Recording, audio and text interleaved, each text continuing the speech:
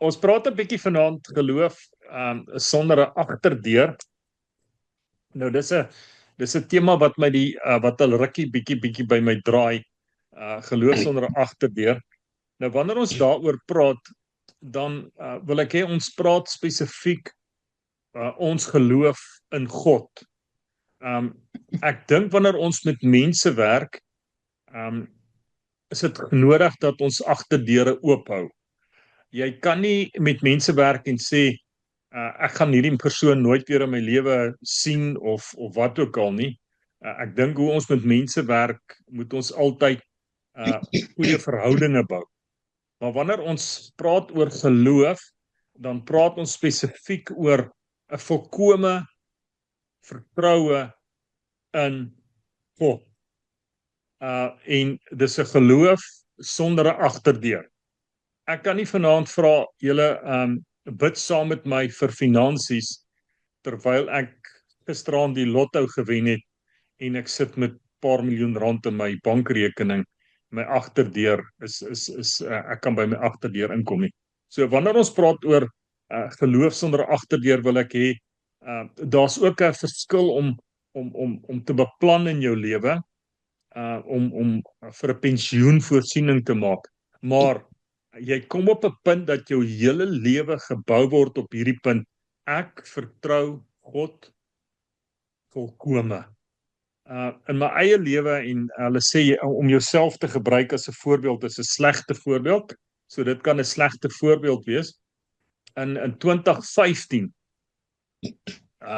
toe is ons in 'n proses om 'n nuwe motor te koop, die RAV te koop.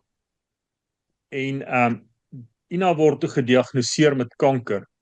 En ek sê toe vir haar, ek glo sy gaan volkome gesond word. En daarom gaan ons hierdie motor op haar naam sit. En julle ken die pad wat ek en Ina geloop het. En 2 weke voordat sy oorlede is, toe staan ek met die oordragpapiere dat ek hierdie voertuig oordra na my naam toe. Maar ek moet vir julle sê, tot sy haar laaste asemteug uitgeblaas het, het ek geglo sy gaan gesond word. Alhoewel al die tekens daar is. En dit was vir my 'n teken van ongeloof om na haar toe te gaan en te sê, dra die kar oor na my naam toe. Ja, en die kar is boedel toe en sovoorts. Maar volkome geloof, en vandag kyk ek terug en sê, dit was die wil van die Here. Dis hoe dit moes gebeur het. Maar op daardie stadium het ek volkome in God vertrou. Nou, dis 'n slegte voorbeeld, maar ek wil dit net vir julle sê, mens moenie jouself as voorbeeld gebruik nie. So, ons praat vanaand geloof sonder 'n agterdeur. Nou, ja, kom ons vat vir Marius, nie vir Wynand nie, maar Wynand sal nou 'n kompleks wees as om nou te veel vat. Marius, as jy toe jy op die dak was en jy was so 2 jaar oud en jou pa het gesê, spring, ek gaan jou vang. Sou jy gespring het? Sou 'n bietjie huiwerig gewees het, maar as hy daar was, dan sou ek gespring het, ja. Okay. Ek dink almal van ons sou dit gedoen het, want ons geloof is in ons pa. Jy verstaan? Dis waarin ons glo. Maar as jy môre op die dak klim wat jy nie mag doen nie, enige persoon bo 50 mag natuurlik nie op 'n dak klim nie. As jy op die dak klim en Lisel sê vir jou, spring liefie, ek gaan jou vang. Gaan jy spring? Nee. Ek deur die dak spring, maar nie van die dak af nie.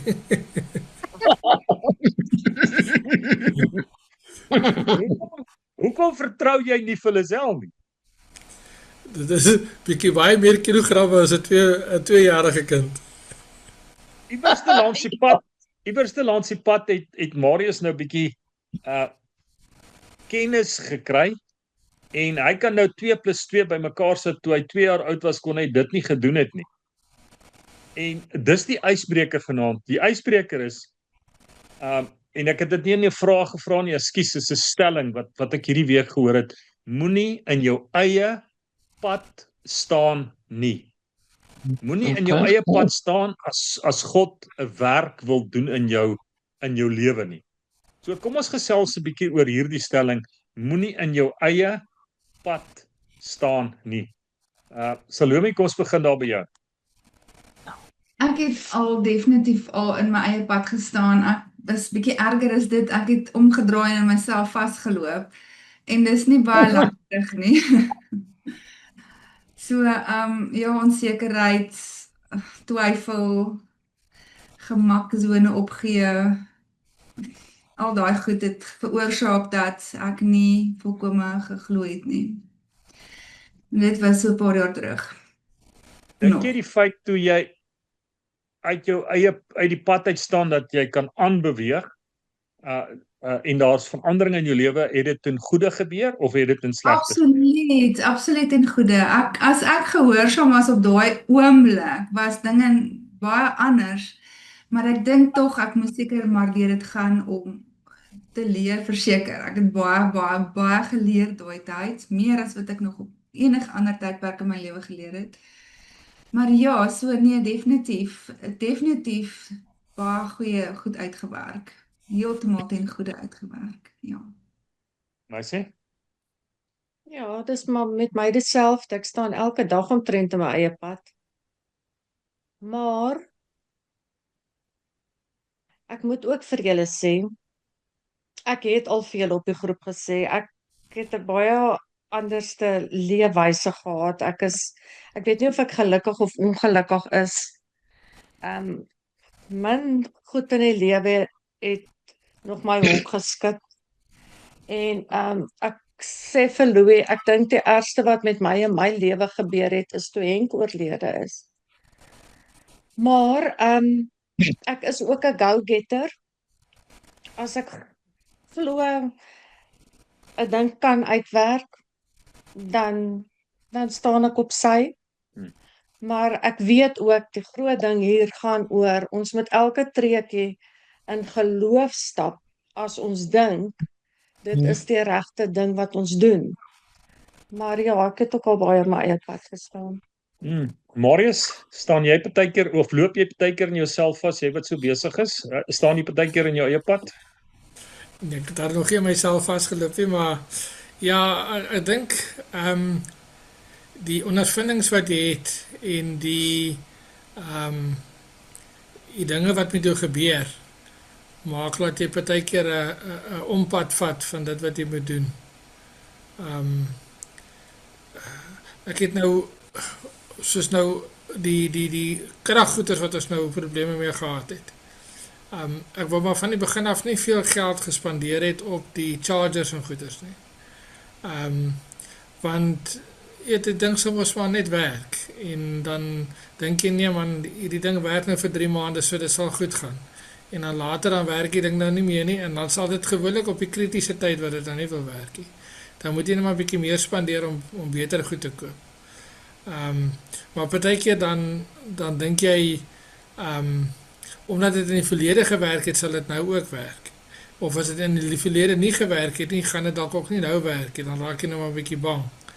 En dan staan jy maar 'n bietjie in jou eie pad wat jy eintlik weet jy moet die regte ding doen, maar jy doen nie die regte ding nie. Verseker. Lisel, het jy al geleenthede gemis omdat jy in jou eie pad gestaan het? Ek dink so. Ek dink omdat ek 'n overthinker is en my fokus bietjie nie altyd op die regte plek is nie, dan het ek sekerlik ook kanse verbeur, ja. Stel?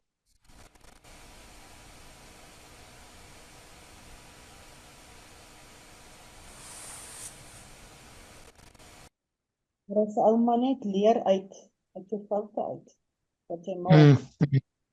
Net nie weer sal. Ja. Baie harde lesse, is baie sleg. Maar weer om dit weer reg te maak of te probeer regmaak. Ja. Tannie Wilma? Ja, ek stem saam met die stel dat jy uit jou foute moet leer. En partymal is soos ek wat alleen in die huis bly, dan moet daar iets reggemaak word, dan dink ek, ag, ja, dit pla my nie regtig so baie nie, een of ander tyd en dan word dit nou 'n regte probleem wat dit gedoen moet word en dan sê ek, ja, wel, as jy dit lank terug gedoen het, was dit seker nou nie so baie geld gekos nie maar nou is dit nou bietjie erger, nou is dit erger, ja, so dan sê jy maar, okay, well, okay, Here, ek moes geluister het of moes gesê het, okay, doen dit nou, nie later nie, ja. Ek is geneig, soos hulle Engels sê, te procrastinate, want ek, uit te stel, né? Ja. Omdat ek op my eie is en alleen, dan ek het nie iemand wat vir my sê, kom nou man, hoekom is dit nie gedoen nie? Dit is my eie tyd, ja, so, mens, neem op die harde manier. John, dink jy het al 'n geleentheid? Yes, Danny. John, dink jy het al 'n geleentheid gemis omdat jy in jou eie pad gestaan het? Ja, definitief, baie. Nie net 1 of 2 keer nie, baie. Dink jy dit was emosionele besluite gewees? Partykeer was dit emosioneel, partykeer was dit net oorhaastig. En partykeer was dit, en elke keer, ek kan dit reguit sê, elke keer het ek nie na die Here toe gegaan en vir die Here gevra, want jy weet, ek wou alles nou gehad het, ek wou nie 'n bietjie gewag het en gehoor. Rina? Nee, dis waar die opposite vandaan kom. Ek moet alles weer baie mooi in hierdie kop uitwerk en teen die tyd wanneer die kop reg is die geleentheid partykeer verby. Sorry. As ons nou vra, as daar dankbare harte, dan moet jy sê jy's dankbaar jy het nie met iemand soos Lisel getroud nie, want julle sou nêrens gegaan het nie, want julle sou nog steeds net heeltyd net gedink het hoe julle dit gaan doen. Gelukkig het jy toe met John getrou wat doen en dan later dink. Wynand, het jy al in jou eie... I told you so. Wynand? Pastoor, ek dink ek is 'n boek, die boekdeel skrywer van in die pad staan en jy oor jou eie voete val. Ek is dalk 'n bietjie van 'n go-getter en ek gebruik altyd die gesegde wat sê die busry, is jy in of is jy uit? Ek het al in soveel verkeerde busse geklim, dat ek eintlik in taksies geklim het en die verkeerde plek toe gery het wat ek moes ry het as gevolg daarvan. Maar ja, groot probleem vir my. Anita? Pastoor, ek wil net sê, hy is nie so groot go-getter as daar iets gedoen moet word in die huis. Jy praat met 'n siek man nou. Maar ja, ek kan ook getuig van in jou eie pad staan, maar ek moet sê, ek stem saam met wat julle almal gesê het, en ek wil ook net bysê, ek dink dit is baie keer, jy het nou verstand gekry, en jy het nou die verlede, maak dat jy dalk 'n verwysingsraamwerk het, en nou dink jy weet, dit gaan nou so uitwerk, of jy vertrou dalk nie jou eie vermoë, of wat ook al nie, en dan maak jy staat op die verkeerde goed, soos almal sê, moes eintlik maar net op die Here staat gemaak het. Kom ons gesels 'n bietjie geloof sonder 'n agterdeur. Kom ons kyk Matteus 14 vers 28 tot 31, meisie. En Petrus antwoord hom en sê, Here, as dit U is, beveel my om op die water na U te kom. En hy sê, kom. Petrus klim toe van die skuit af en loop op die water om na Jesus te gaan. Maar toe hy die sterkwind sien, het hy bang geword, en toe hy begin sink, roep hy uit en sê, Here, red my. En Jesus het dadelik sy hand uitgesteek en hom gegryp, en vir hom gesê, klein gelowige, waarom het jy getwyfel? Kyk, hierdie is daai mooi gedeelte waar Petrus op die water geloop het na Jesus toe. Hier was 2 sintuie wat te sprake is. Hy het gehoor en hy het gesien. Hy het gehoor en hy het gesien. Hoekom sou julle sê wou Petrus op die water loop?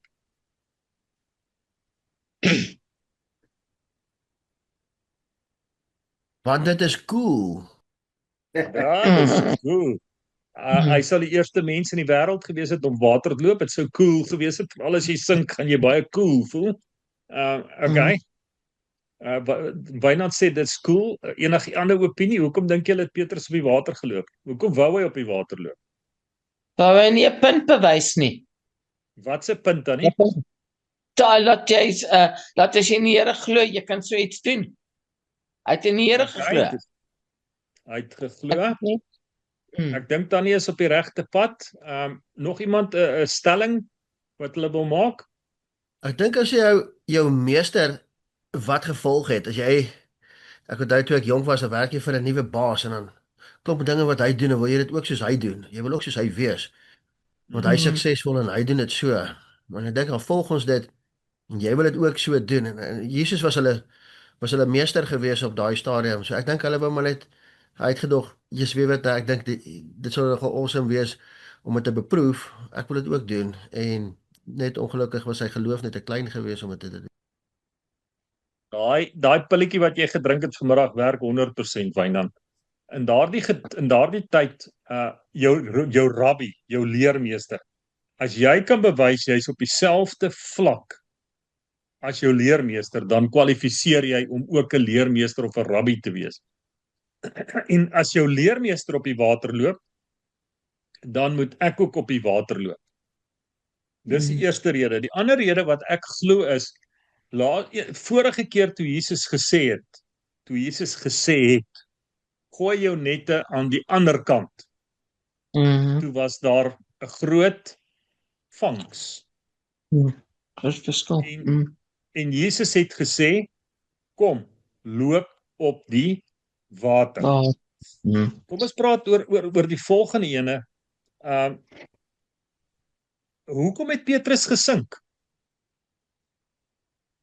Want hy het vasgekyk teen die water en toe het hy bang geraak. So, hy het geloop toe hy gereageer het op dit wat hy wil nie so maak nie, dan sien ek nou hier so groot is my ore. Okay.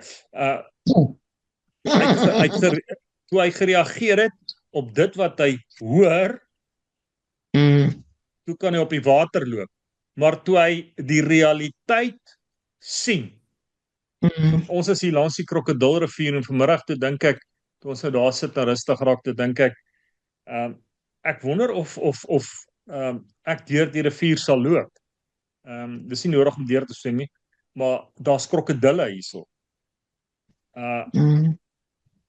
Jy verstaan, ek as 'n 2-jarige kind sal vir jou sê, papa, ek wil gaan swem in die rivier. Hy dink nie aan die krokodille nie, hy dink nie aan hy dink net aan die lekker speel in die sand hier onder. Maar ons staan baie keer in ons eie pad vir 'n wonderwerk wat die Here in ons lewe wil doen. So hier is 2 goed wat vir my uitstaan is dit wat jy hoor en dit wat jy sien. Wil jy nie vir ons daai skrifgie kyk? Kom ons kyk na Romeine 10 vers 17 asseblief. Nou hierdie skrifgie kom spesifiek hierso van Lower Sabi, toe ons nou vanmôre gery het, toe ons daar naby Lower Sabi kom, toe begin ek nou hierdie skrifgie in my kop draai. Romeine 10 vers 17 Wynand, hy's nie op die gebedslys nie, skryf hom gou by. Okay. Die geloof is dus uit die gehoor en die gehoor is deur die woord van God. Okay. So dit wat ons hoor, bou ons geloof. Nou ek wil prakties wees en amper sê dit wat die woord wat ons hoor, bou ons geloof, maar dit wat ons sien, laat ons soms twyfel, spesifiek nou in Petrus se verband. Right. Wat was die agterdeur wat Petrus gehad het? Die boot. Was dit die boot gewees toe hy uitgeklim het? My vertaling wat ek het, sê, en Petrus het 'n life jacket aangetrek en toe op die water geloop. Nee. As hy 'n life jacket aangetrek het, sou hy op die water geloop het, John? Nee. Hy sou gesink het. Life jacket is 'n teken van, ek is mens, ek gaan sink. So, Petrus het nie 'n agterdeur gehad nie. Jesus, toe hy sien hy sink, het hy nie probeer gryp na die boot om terug te kom in die boot nie. Dit was nie waantoe hy begaan nie. Sy enigste hoop was die Here. Daarom sê Here, help my. Right, iemand wil iets sê oor hierdie gedeelte? Marius, jy dink diep.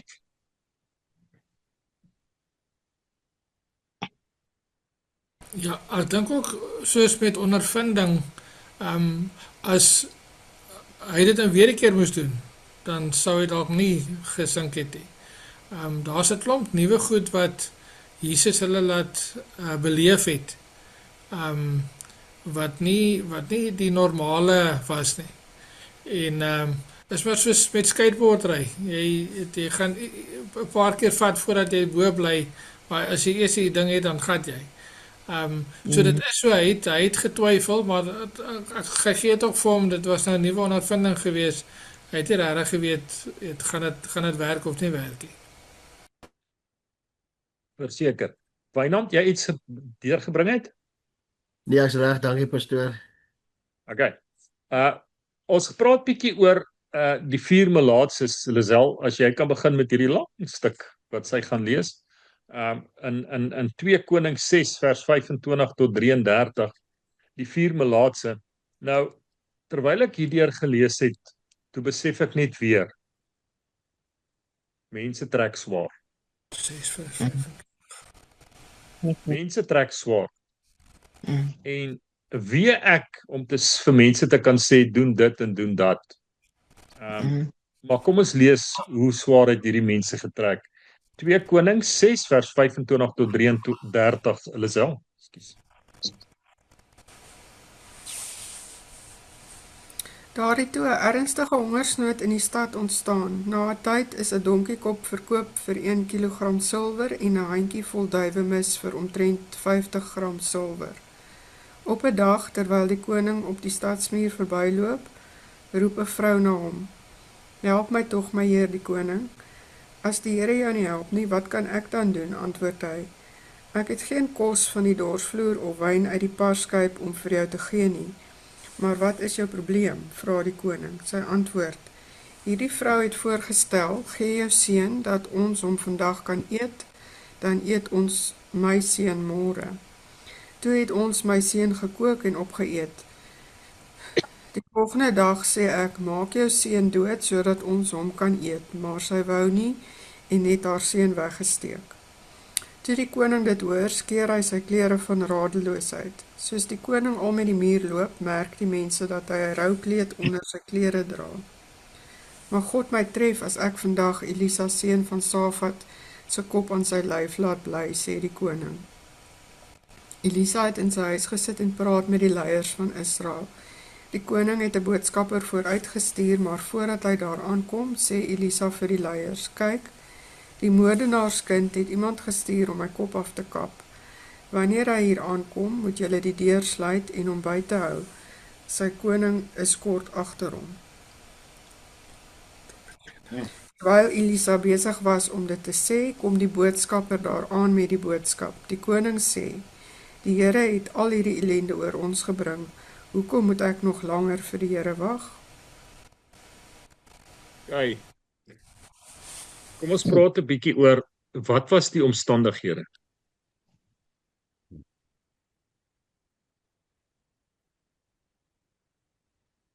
Het ek gevries, Salome? Nee, dit het jy my naam genoem? Ekskuus, ek het nie gehoor nie. Nee, dit was die Samaria het 'n verskriklike hongersnood beleef. En daar was absoluut geen kos nie, soveel so dat 'n donkie se kop het baie duur gekos, onder andere. En toe het die koning vir Elisa die skuld gegee en hy wou hom gaan doodmaak het. Ek dink net en dit laat my regtig hartseer voel dat dit so erg kan gaan dat 'n ma 'n baba opoffer. Ek sê, kom ons kook jou kind vandag, môre eet ons my kind. Hoe erg kan dit wees? En dit gaan nie altyd met ons goed nie. Dit gaan nie altyd voor die wind met ons nie. Maar dit is so sleg gegaan. Ek meen, dis net so goed volgende keer as ons by Wynand gaan kuier en sê nee, hy gaan vir ons eselkop braai, Wynand en met 'n guano sous. Wynand, het jy al eselkop geproe? Nee, maar ek kan Bobbejaanland ook oorweeg. Ja, ek het al geproe zebra se biltong en ek wil hom nie weer eet nie. Nee, presies. En dis die naaste wat ek aan 'n donkie gekom het. So kyk Lisel, dat ek nou 'n zebra geproe het. Ek het al tot krokodil geproe. Maar so erg gaan dit. Die koning, wat dink julle van die koning, John? Hoe die koning opgetree? Kyk, hy kon gehelp het. Hy mag gehad om te help.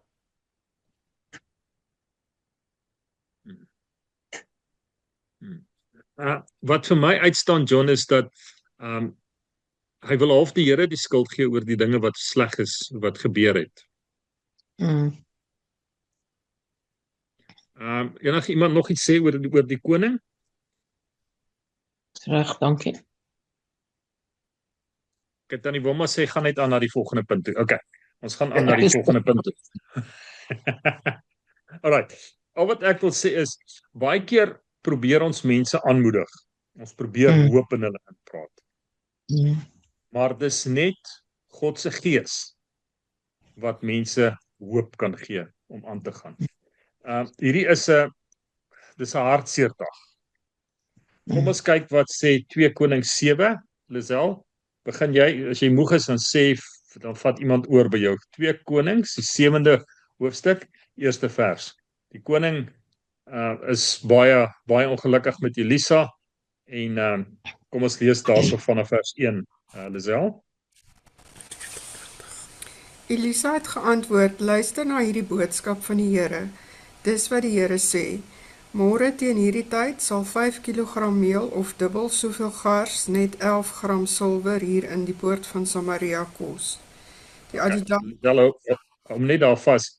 Okay. Rina, kyk vir ons so van vers 2 af. Hierdie was nogal interessant geweest, dat Elisa sê, môre hierdie tyd gaan petrol weer R10 'n liter kos. Jo. En die koning se gesant sê, jo. Wie van julle sal saamstem as daar vanaand 'n profetiese woord kom, petrol gaan môre R5 'n liter kos? Amen. Ja. Ja. Lekker. Alright. Rina, vat of ons verder. Ek het vergeet, Lisel het al nou gelees. Vat jy 'n bietjie verder. Maar die adjutant, op wie sy arm die koning geleen het, antwoord die man van God en sê, al maak die Here ook vensters in die hemel, so dit kan gebeur. En hy sê, sal dit met jou oë sien, maar nie daarvan eet nie. En daar was 4 melaatse manne by die ingang van die poort. Hulle het die een vir die ander gesê, wat bly ons hier totdat ons sterwe? As ons sê, laat ons in die stad ingaan, aangesien daar hongersnood in die stad is, sal ons daar sterwe. En as ons hier bly, sal ons sterwe. Kom dan nou en laat ons oorloop na die laar van die Arameërs. As hulle ons laat lewe, dan bly ons lewe, en as hulle ons doodmaak, dan sterwe ons. En hulle het klaargemaak in die aandskemer om in die laar van die Arameërs in te gaan, maar toe hulle aan die buitekant van die laar van die Arameërs kom, was daar niemand nie, want die Here het die leer van die Arameërs 'n gedruis van waans en 'n gedruis van perde, 'n gedruis van 'n groot leermag laat hoor, sodat hulle die een vir die ander een gesê het, kyk, die koning van Israel, die konings van die Etiete en die konings van die Egiptenaars teen ons gehuur om ons te oorval. Okay, Rina, hom daar 'n bietjie vas. Kom ons hou hom net daar vas. Hoekom het die soldate van die Arameërs gevlug? Hulle dinge gehoor. Hulle het dinge gehoor. Hoekom het Petrus op die water geloop? Hy het dinge gehoor. Hy het God se stem gehoor. Ons praat van troongeleide. Toe hierdie vyand troongeleide hoor, daar kom 'n magtige nasie aan. Toe laat los hulle alles en hulle vlug net. Okay, Rina, vir wie gee ons nou? Vir Salome, daar gaan jy. Ek dink is vers 7. Vers 7. Salome, jy sal bietjie harder moet praat. Daarom het hulle in die skemer klaargemaak en gevlug, maar hulle tente en perde en esels, die laar soos dit was, in die steek gelaat en hulle het vir hulle lewe gevlug. En toe daardie melaatse manne by die kant van die laar kom, het hulle een tent binne gegaan en geëet en gedrink, en daar was silwer en goud en klere uit weggeneem en dit gaan begrawe.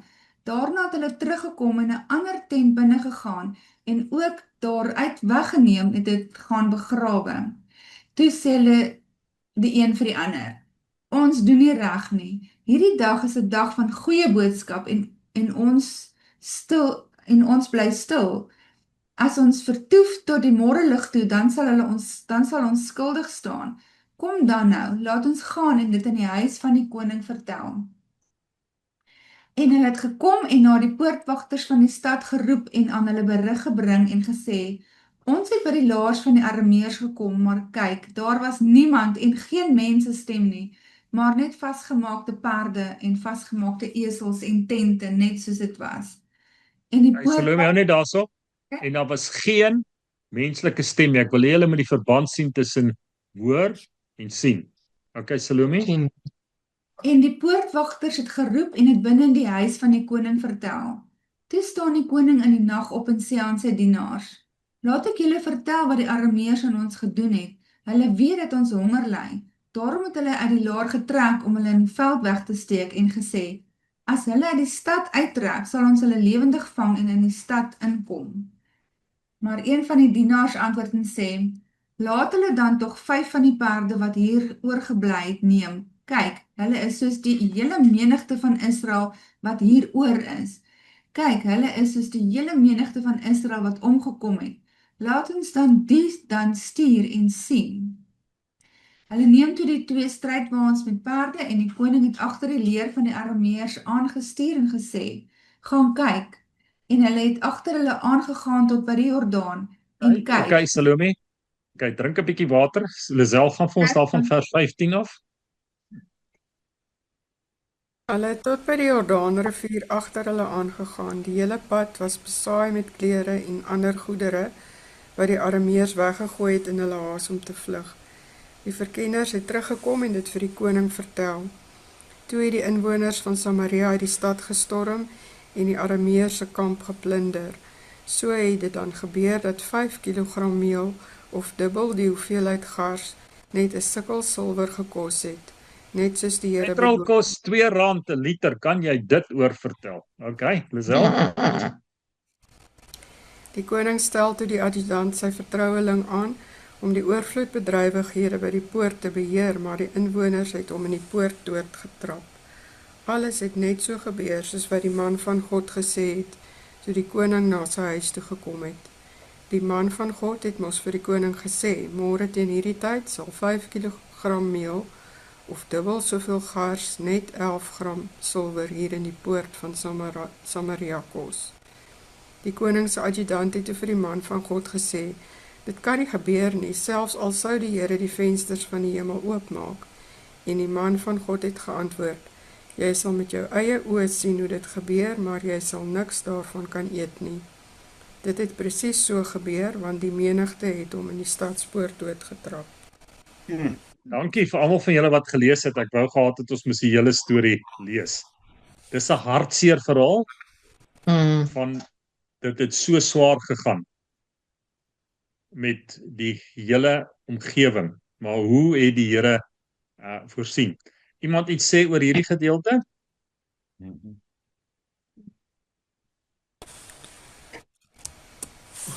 Wat was Dit was my interessant dat die ouens wat uitgegooi is uit die stad uit, eintlik die goeie nuus gebring het van daar is nou weer hoop.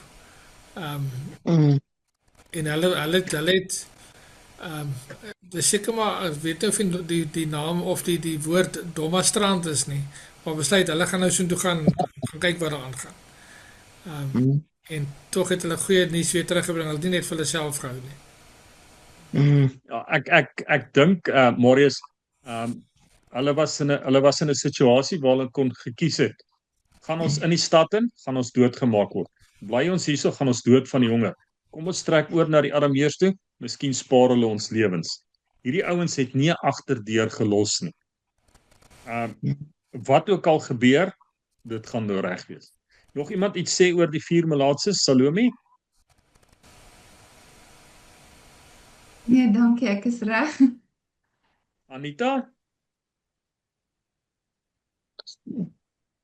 Ja, ek is ook reg. Dankie, pastoor. Okay, John, dan moet jy maar ietsie sê. What choice did they have? If they didn't do something, they were still going to die. Verseker. Kom ons kyk na Abraham wat die vader van geloof was. Anita, sal jy vir ons asseblief Genesis 22 vers 7 tot 8 lees?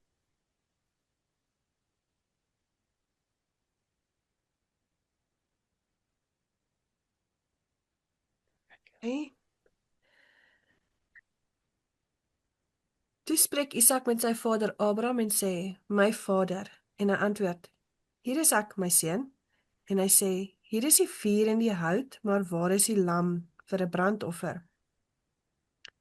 En Abraham antwoord, God sal vir homself die lam vir 'n brandoffer voorsien, my seun. So het hulle twee dan saam geloop. Hey, dankie. Hoekom het Abraham vir Isak geoffer?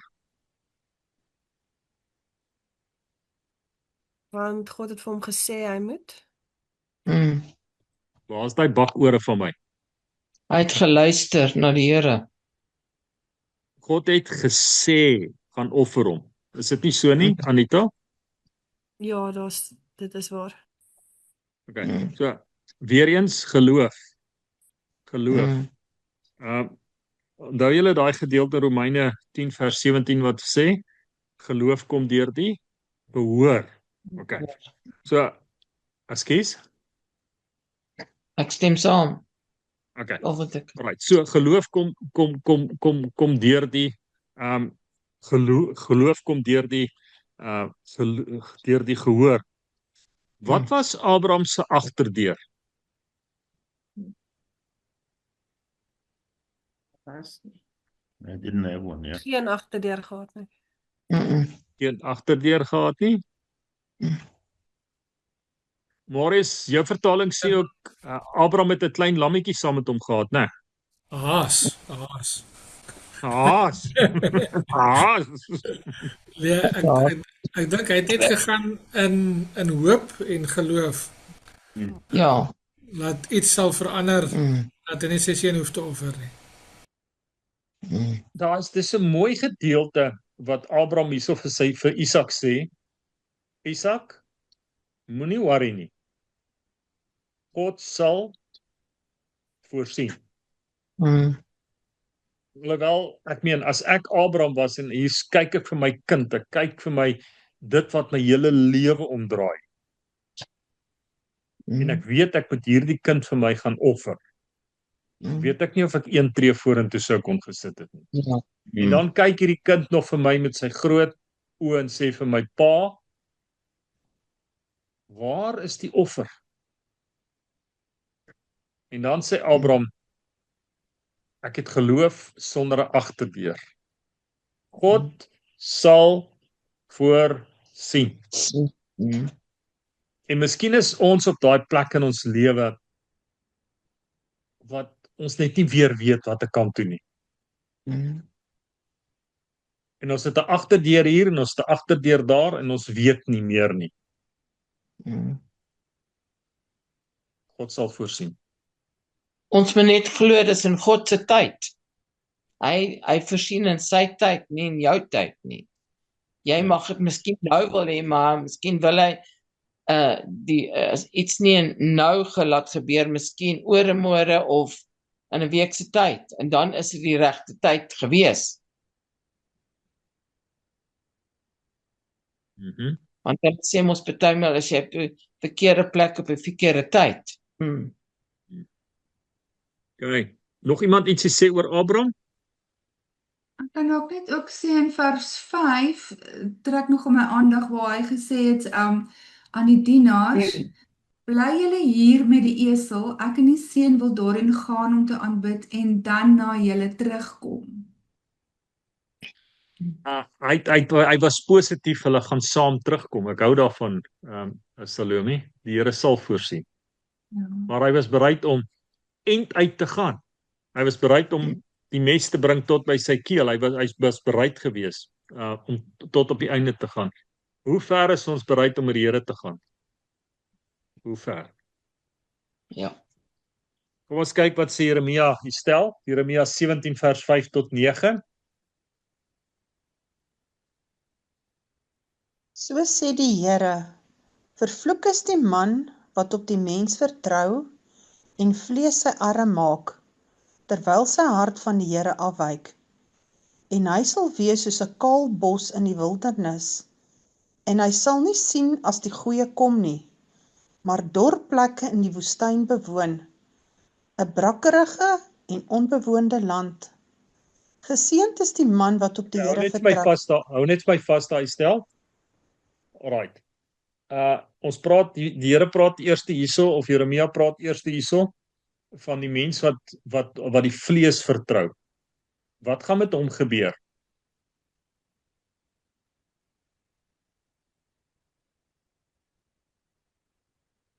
Gaan in die woestyn wees. Hy gaan in die woestyn wees, yes, maar wat gaan die gevolg wees? Lees net weer daai versie stel. En hy sal wees soos 'n kaal bos in die wildernis, en hy sal nie sien as die goeie kom nie, maar dorplekke... Stop hom daarso. Hy gaan nie geleenthede sien nie. Hy gaan dit laat verbygaan. Ek dink Marius praat baie oor dit. Here gee vir ons wysheid. Gee vir ons 'n nuwe geleenthede. Baie keer is ons so geset in ons eie minds. Ons staan in ons eie pad. Dis hoe dit moet werk. En dis net hierdie manier wat dit moet werk.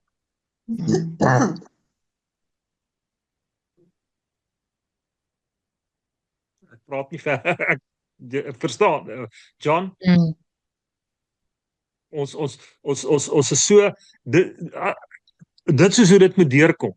Finish en klaar. Okay, stel, lees verder. Geseënd is die man wat op die Here vertrou, en wie se vertroue die Here is, want hy sal wees soos 'n boom wat by water geplant is, en sy wortels uitskiet. Okay, daai gedeelte moet nie in die Bybel kom nie, hoor. Hy eindig daar, en hy sal wees soos 'n boom wat geplant is by water. Dit wat verder kom, moet nie in die Bybel wees nie. Wat kom verder, die stel? En sy wortels uitskiet by die stroom, en nie vrees as daar hitte kom nie, maar sy blad bly groen. In 'n jaar van droogte is hy nie besorg nie, en hou nie op om vrugte te dra nie. Bedrieglik is die hart bo alle dinge, ja, verdorwe is dit. Wie kan dit ken? Ja, dankie, stel. Jy sien, al vertrou ons die Here 100%. Gaan daar nog moeilike tye kom. John, jy lag, praat met my asseblief. Ons dink we think we leave everything up to the Lord. We think but unfortunately die eie ek comes into play. And then only afterwards we realize what a mistake we've done. And it's the same here. The tree, it was planted at the river. And not once did it worry about not being able to get water to grow on water to, it says it there. It kept on giving fruit. Ja, ten spyte van die teenstand het dit nog steeds vrug gedra, het nog steeds skaduwee gegee, né? Yes. Amen. Kom ons kyk wat sê Lukas 9 vers 61 en tot 62, Anita.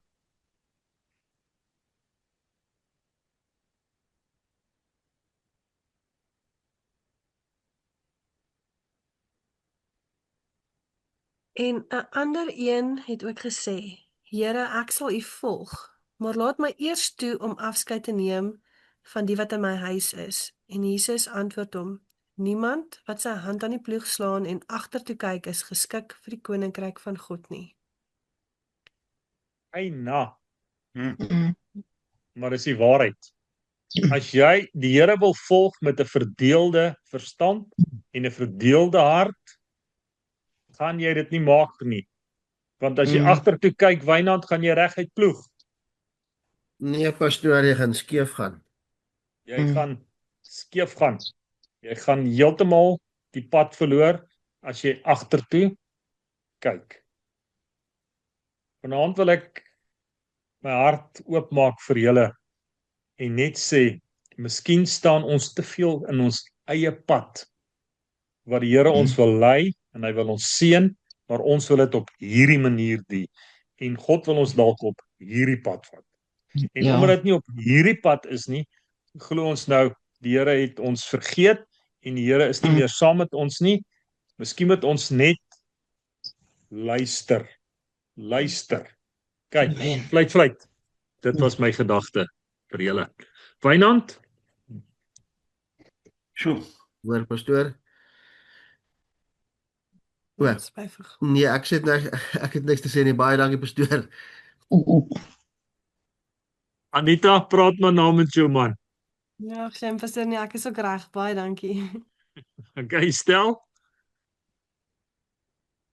Reg, dankie julle. Salome? Reg, dankie. Tannie Wilma sê iets anders as hierdie klompie. Ons moet luister na wat die Here vir ons sê. Amen. Sy volg. Amen. John? It's Eina Matuma. It's Eina Matuma. Yes, dit is hoe dit is. Because, yeah, it's just, sometimes we want to do what we want to do, and we don't want to listen. We don't want to take other people's advice. And yeah, it's Eina Matuma. When we wake up and we see the mess that we're in, then we wonder, but how did we get into that mess? How did it happen? And then the biggest problem comes, we start blaming everybody else except ourselves. Verseker. John? Rina? Reg, dankie Louis. Louis? Okay. Ek wil nog iets byvoeg. Ons is hardkoppig partymal. Ons is hardkoppig, Tannie. Hardkoppig, ons staan in ons eie pad. 20 jaar gelede, dis nog my beurt nou, né? Marius, is nou my beurt. 20 jaar gelede ry ons daarbo in die Wildtuin daar in die noorde. En dit is baie droog daarbo. Dis nou baie groen, maar daai tyd was baie droog. En die groot bome is almal hier langs hierdie riviere wat droog is. En ek kry hierdie groot boom daar heel bo, daar waar dit ver is, baie ver is. Sien ek hierdie groot boom langs hierdie droë rivier. Maar daar's 'n plant wat Wynand jy moet help wat so in hierdie boom opsirkel. Hy lyk of hy hierdie boom gaan dooddruk. En op daai stadium toe praat die Gees bietjie met my en hy sê vir my, jy weet, so baie dinge gebeur in ons lewe wat ons probeer dooddruk. Dis sonde, dit is al hierdie ander snaakse goed en dit probeer die lewe by ons uitdruk. En elke jaar as ek daai gedeelte van die Wildtuin kom in die noorde, dan gaan kyk ek altyd na hierdie boom en ek kyk na sy hierdie rankplante wat so om hom groei en hoe hy staan en Andy lag altyd vir my, ek praat met die bome partykeer en dan sê ek jy moet vasbyt. Hierso by Krokodilbrug as jy ingaan, stel dit al die boom vir my ook afgeneem, Andy het ook al afgeneem, dan staan daar so 'n boompie alleen en ek ry altyd na hierdie boompie en ek sê vir hom, jy moet vas staan, dit is moeilik, die wind waai en dit is droog, maar jy moet vas staan. Maar dan gaan ek altyd na hierdie boom toe daar bo en dan is dit of die gees met my praat en sê, Louis, al die dinge wat verkeerd gaan in jou lewe, staan vas, hou vas. En nou toe ons daar opgegaan het, met die vloede wat hulle gehad het, is hierdie boom nou weg. Ons het gery tot daar agter die Kandidootdam en ek het gaan soek daar, Andy het seker gewonder, waar is daar man nou weer een op pad heen? Maar die boom was weg, die vloede het die boom gevat. En baie keer is ons op 'n plek dat ons nie verstaan nie, hoekom gebeur hierdie dinge nie. Ek het so lank geveg en ek het so lank die stryd oorwin en ewe skielik kom hierdie vloed en hy vat my en hy vee my sommer net weg. Dan dink ek alles werk ten goeie mee vir die wat hom liefhet. Maar sien wat jy iets gesê? Ja, die Here se genade is genoeg. Dis presies wat ons doen. Ons wil 'n hele bakkery hê, dan kry ons net 'n brood en dan dink ons die Here het ons vergeet, maar intussen het hy voorsien. Verseker, Lisel? Nee, ek's reg, dankie. Meneer Brits? Ek dink daai laaste gedeelte sê vir my van ons moet luister en doen. Moenie rondkyk en die mekaar raak nie. Hou by God se woord en doen wat hy vir jou vra. Jy sal Amen. In jou gedagtes en jou hart sal jy daai ding kry van wat jy moet doen. Doen daai ding. As die Here vanaand met jou praat en sê klim uit die boot uit, moenie op uit die boot uit klim omdat hy met Petrus gepraat het nie. Moenie met 'n besigheid begin omdat hy vir John gesê het begin met 'n besigheid nie. As jy daai oortuiging in jou hart het, klim uit die boot, dan klim jy uit die boot uit. Ja, en die golwe het nie opgehou toe hy uit die boot uit klim en die golwe het toe nou eers groot geword. Maar die Here het met Petrus gepraat, nie met Johannes nie. Hy het met Petrus gepraat en gesê, kom, klim uit die boot uit. Klim uit die boot uit. Bly by die Here. Die Here sal altyd ten goeie uitwerk vir jou. Amen. Nog iemand? Alright. Kom ons kyk na die gebedsversoeke. Ek wil graag hê, Lisel, dat jy vir my vir Ami Rousseau opsit. Dis Jan Rousseau, hy was 'n raadslid daarso in Middelburg. Sy vrou Ami ARNIE Rousseau. Sy gaan vir kankerbehandeling. Ek het vir haar laat weet dat ons gaan vanaand vir haar bid. Ons bid vir Annie Rousseau. Marius, enige gebedsversoeke daar by jou? Net vir my vandagie. Ja? Nee, dankie. Meisie? Ag Lisel, hou vir tannie Annelita Kokemoer nog op asseblief. Daar was beterskap en toe staan terugslag. Sy's baie siek. Dankie, hoor. Rina? Ag net vir die familie van die vrou wat gisterand oorlede is, asseblief. Kan jy die naam onthou, Rina? Nee. Sy was warrant officer, maar ons weet nie van haar. Ons het nie name. Ek het die berig gelees as ek kom kry sal ek hom laat weet, maar dis die vrou wat oorlede is by die padblokkade. Yes. John, anything else? Yeah, just keep Philly fit for me. He's now on morphine. Okay. So yeah, we all know. And then the trauma support team, which Rina and I lead, it's grown quite nicely. We're 10 members now. Wow. But 8 of the members or 6 of the members last night, it was their first trauma support outing. Nou, dit was trauma vir hulle, né?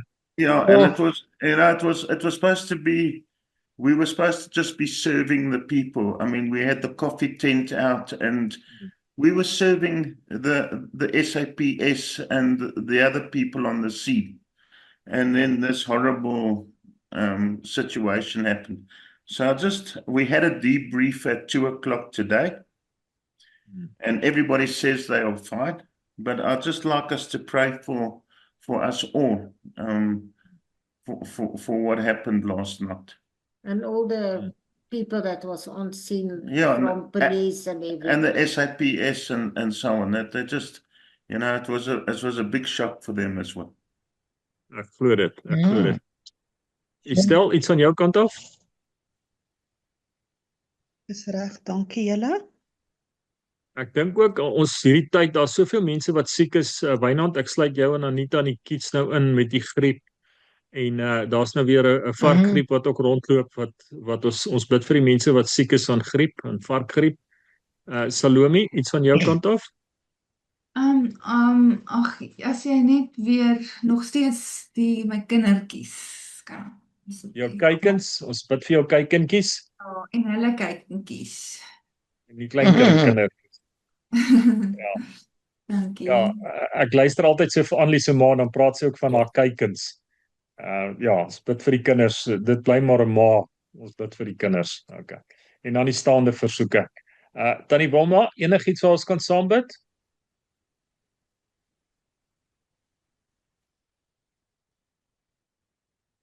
Jy het gevries. Jy het gevries. Het ek gevries? Okay, Tannie. Ek is ontdooi. Ek is hier deur die microwave. Ek is nou weer reg. Is daar enige gebedsversoeke van Tannie se kant af? Nie van myself nie, maar ons dink aan al die mense wat deur die vloede geaffekteer is en hulle huise verloor het en besighede. Ons moet net aan daai mense dink. En ook aan Marius hulle wat ook so baie en my neef hulle bly naby Port Alfred en hulle het ook 'n boom en hulle jaar laat afval en hulle het ook lelike storms gehad. Ja, asseblief net. Ons moet net aan daai mense dink in hierdie tyd. Ons bid vir hulle. Wynand, ons bid dat jy vinnig gesond word. Enigiets anderste van jou kant af? Nee, ek waardeer baie dankie pastoor en dan ek dink wysheid.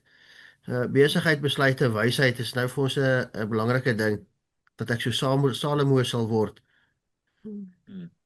Ja, ek dink Wynand dis al die eerste 2 letters van wysheid.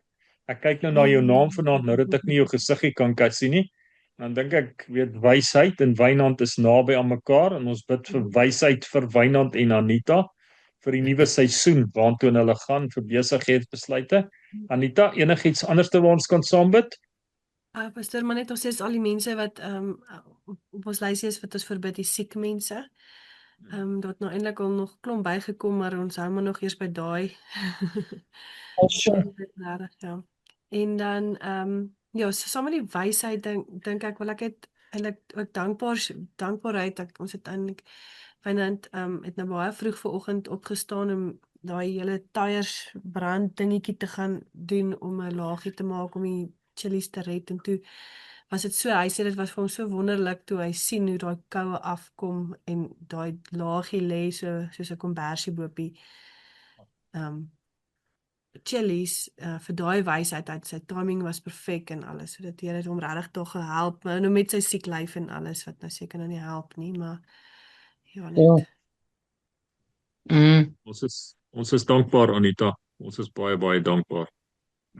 Ek dink spesifiek vanaand Wynand en Anita dink ek aan die gedeelte waar Elisa gesê het die Here sal die vensters van die hemel oopmaak oor elkeen van julle, die vensters van die hemel.